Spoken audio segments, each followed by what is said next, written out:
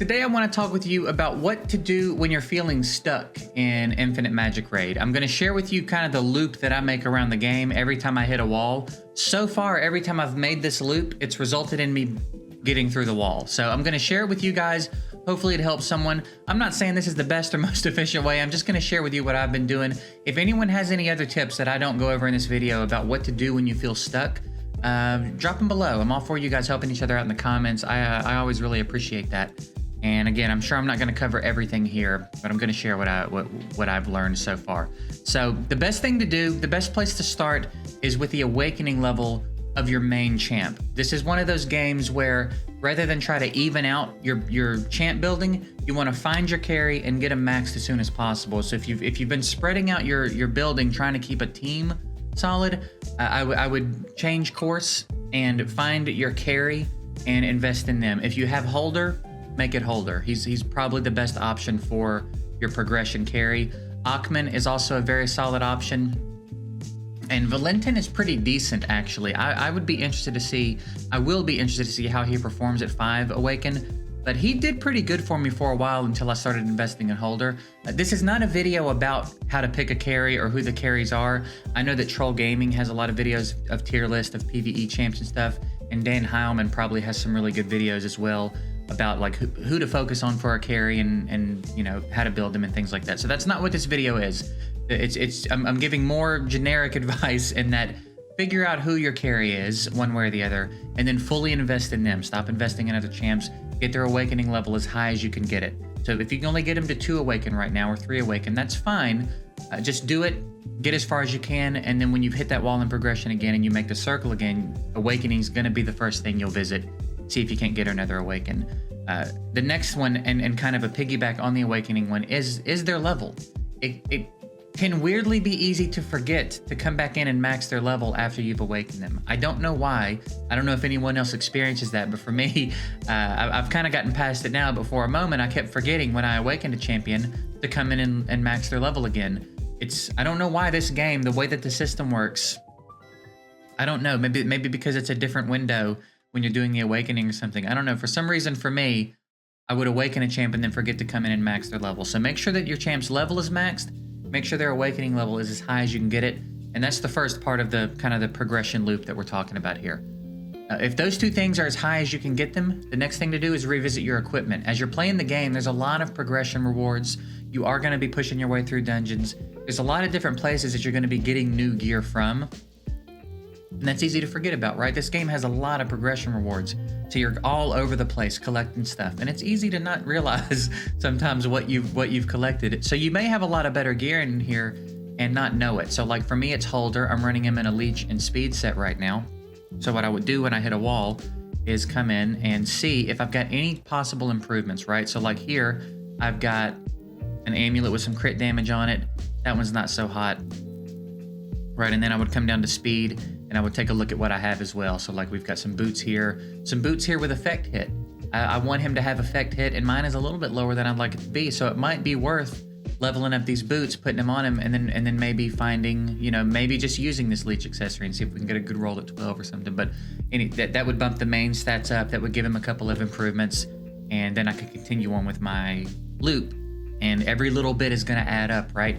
You're probably not going to have one piece of gear that's just going to drastically change everything. In some cases you will, but for the most part, this is going to be about kind of stacking the effects of all these small changes that you're going to make your champ just strong enough to get through that wall that you're at. So that's going to be the next thing to do. Check their awakening, check their level, and then come in and check your equipment. You might have some new stuff that you don't realize you have, and that makes a pretty big difference.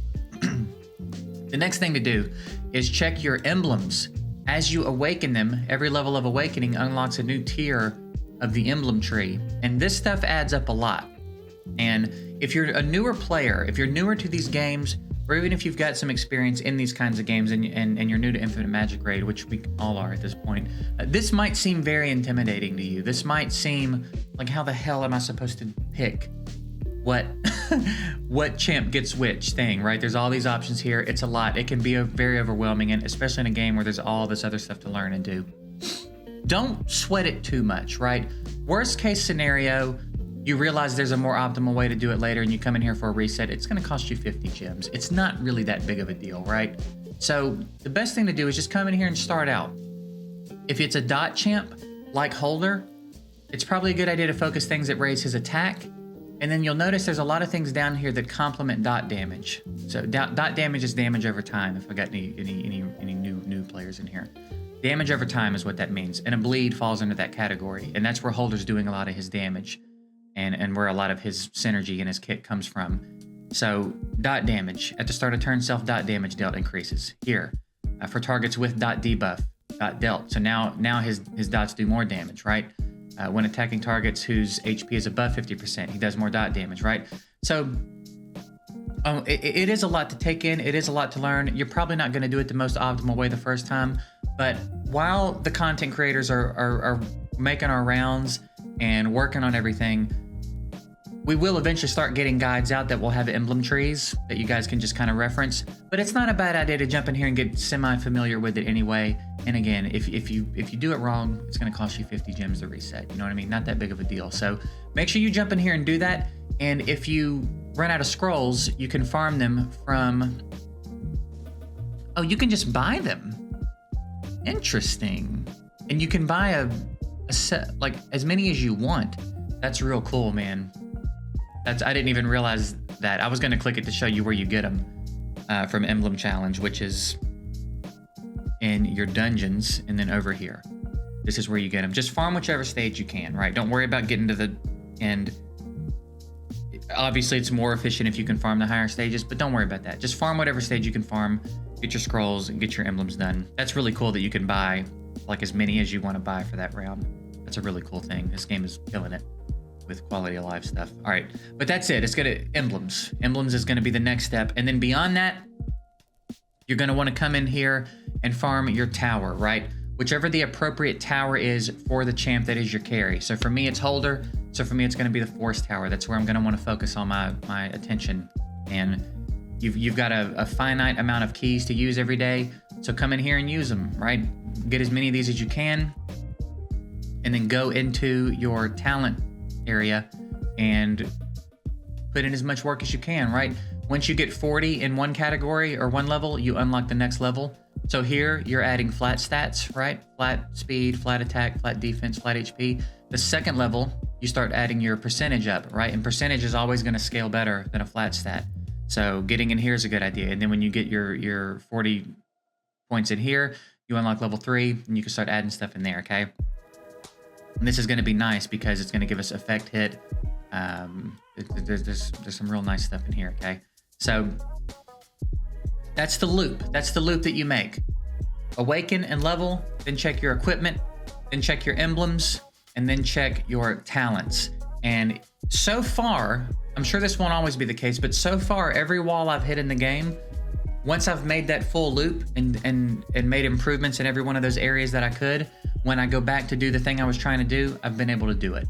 So I'm sure I'm going to hit a harder wall at some point, and it's going to require me to start doing this with multiple champs. But for now, focusing my carry and making that loop every time I hit a wall has gotten me through that wall. So hopefully this is helpful for some of you. Again, if there's something I didn't talk about here that you think would be helpful and you want to drop it in the comments, please do. I would appreciate that a lot. And that's it. We're going to go ahead and get out of here for today. Hope this was helpful, and I'll see you guys later.